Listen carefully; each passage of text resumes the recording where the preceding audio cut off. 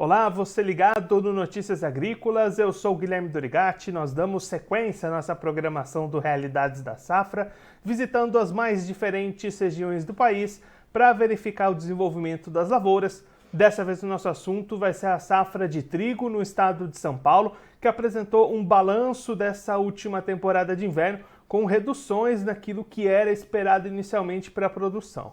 Para conversar com a gente sobre esse assunto, ajudar a gente a entender melhor o que aconteceu com essa safra de trigo no estado, a gente recebe aqui o Vitor Oliveira, ele que é presidente da Câmara Setorial do Trigo de São Paulo, já está aqui conosco por vídeo, então seja muito bem-vindo, Vitor, é um prazer tê-lo aqui no Notícias Agrícolas. Boa tarde, prazer estar aqui com vocês. Vitor, começa, por favor, contando pra gente quais foram os resultados finais dessa safra de trigo aqui em São Paulo, qual que foi o tamanho da produção, da produtividade e quais foram esses resultados obtidos nesse ano.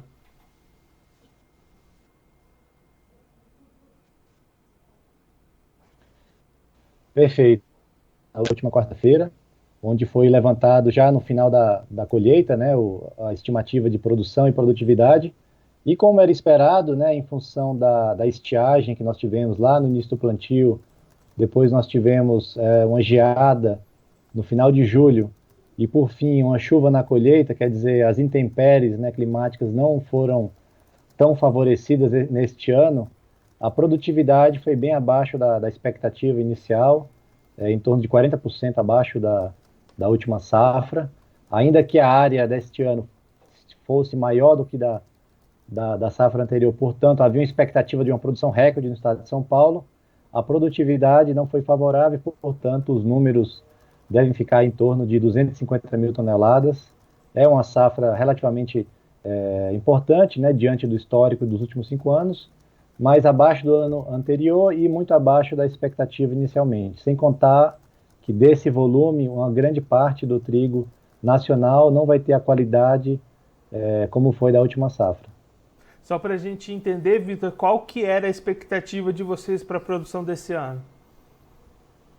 Olha, nós imaginávamos que a safra, ainda que o número oficial da Conab, da última safra, esteja em torno de 280 mil toneladas, o número nosso da safra do ano passado estava mais próximo de 400 mil toneladas. Quando eu falo número nosso, é o número da Câmara Setorial.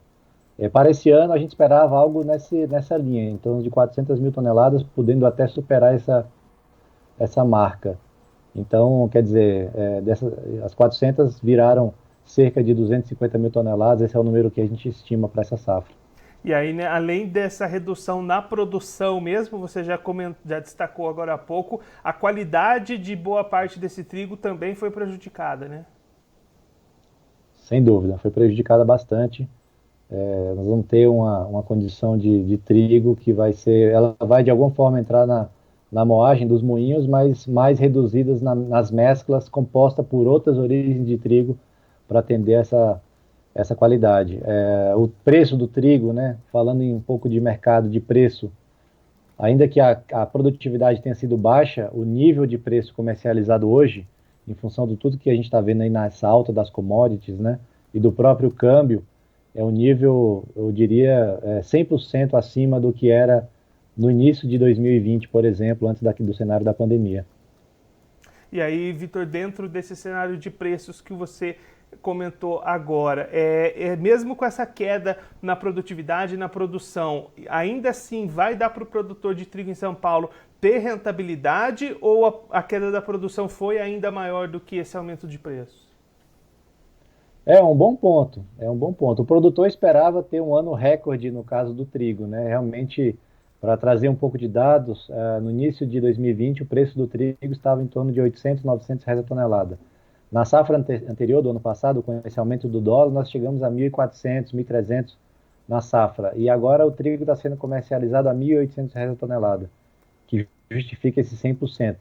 Quer dizer, para o trigo, talvez o produtor não tenha sido frustrado, mas ainda assim a conta fecha no azul.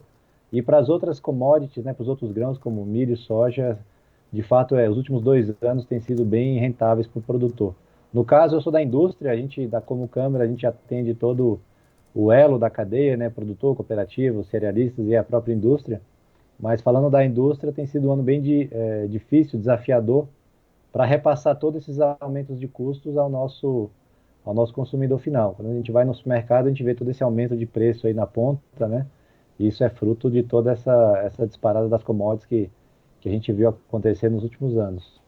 E aí, além de ter essa problemática de repassar os preços, né, Vitor, essa diminuição da qualidade que vai chegar esse trigo colhido nesse ano nos moinhos, vai dificultar ainda mais essa questão de custos das indústrias, até mesmo essa logística para ter que buscar esse trigo em outros lugares? Sem dúvida, não tenha dúvida. A demanda, né, a necessidade de trazer trigo importado, ela fica maior. Lembrando que o Brasil não é um país autossuficiente em trigo, muito pelo contrário, é um dos maiores importadores de trigo a nível mundial. Para trazer dados, o Brasil consome cerca de 12 milhões de toneladas por ano e importa entre 6 e 7, a depender da produção local. Esse ano importou cerca de 6 milhões, vai importar até o final do ano. A gente acredita que para o ano que vem esse número seja um pouco maior, talvez mais próximo de 7 milhões, em função dessas questões todas de qualidade e da própria queda da produção de trigo nacional. E, Vitor, aproveitando a sua participação aqui até para a gente encerrar a nossa conversa, a gente conversou recentemente algumas vezes com o Rubens Barbosa, presidente da Abitrigo, e aí ele se posicionava bastante contrário à situação que a gente acompanhou recentemente também, a liberação da importação do trigo transgênico da Argentina. Qual que é a visão da Câmara Setorial do Trigo de São Paulo, até você como membro ali, representante da indústria, qual que é a sua visão sobre essa questão? A nossa visão é a mesma do senhor Rubens. Na realidade, o que foi liberado no Brasil foi a importação de farinha de trigo, não do trigo.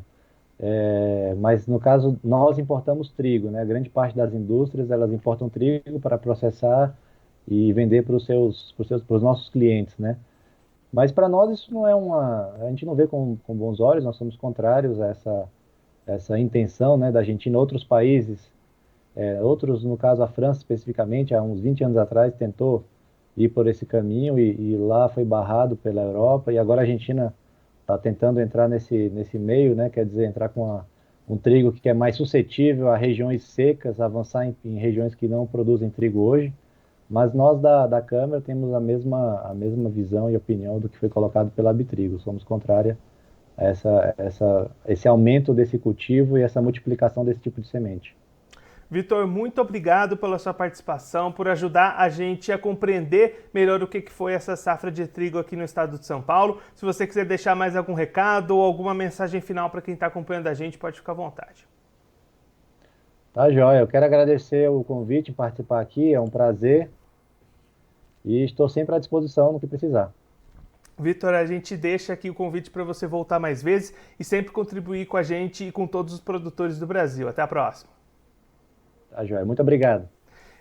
O Vitor Oliveira, ele que é presidente da Câmara Setorial do Trigo no estado de São Paulo, conversou com a gente para fazer um balanço do que foi a safra de trigo 2021 aqui no estado paulista. Vitor destacando que as expectativas para essa safra eram muito positivas, houve aumento de área, o produtor estava animado com os preços altos, o investimento foi grande e a expectativa era de uma produção recorde na casa das 400 mil toneladas. Porém, muitas dificuldades climáticas aconteceram ao longo do ciclo. Teve falta de chuvas no começo da temporada, teve geadas no mês de junho e de julho, depois chuva na hora da colheita, e aí com isso essa expectativa, que era de 400 mil toneladas, acabou sendo reduzida para 250 mil, um número que, olhando historicamente para a safra de trigo paulista, ainda é bastante positivo, mas é um número menor do que a safra anterior e bastante menor do que essas expectativas iniciais. Além dessa redução na produção, o Vitor destacando também que houve muita perda de qualidade desse trigo, os moinhos vão precisar buscar mais trigo fora do estado, fora do país, importar mais trigo para fazer as suas misturas, já que a qualidade desse grão paulista ficou bastante prejudicada por conta dessas condições climáticas que a gente destacou por aqui. O Vitor também apontando uma movimentação de preços bastante positivas para o produtor, e aí com isso, mesmo com uma queda na produção, o produtor paulista ainda devendo fechar no azul, devendo ter rentabilidade, a dificuldade vai ficar mesmo para as indústrias, para os moinhos, que têm dificuldade nesse momento em repassar todos esses aumentos de custos para o consumidor final, para as gôndolas dos mercados. Bom, eu vou ficando por aqui, mas a nossa programação continua, então fique ligado no Notícias Agrícolas. Se inscreva em nossas mídias sociais no Facebook Notícias Agrícolas, no Instagram @Notícias Agrícolas e no nosso Twitter @Notiagre. E para não perder nenhum vídeo, não se esqueça de nos acompanhar no YouTube e na Twitch, Notícias Agrícolas Oficial.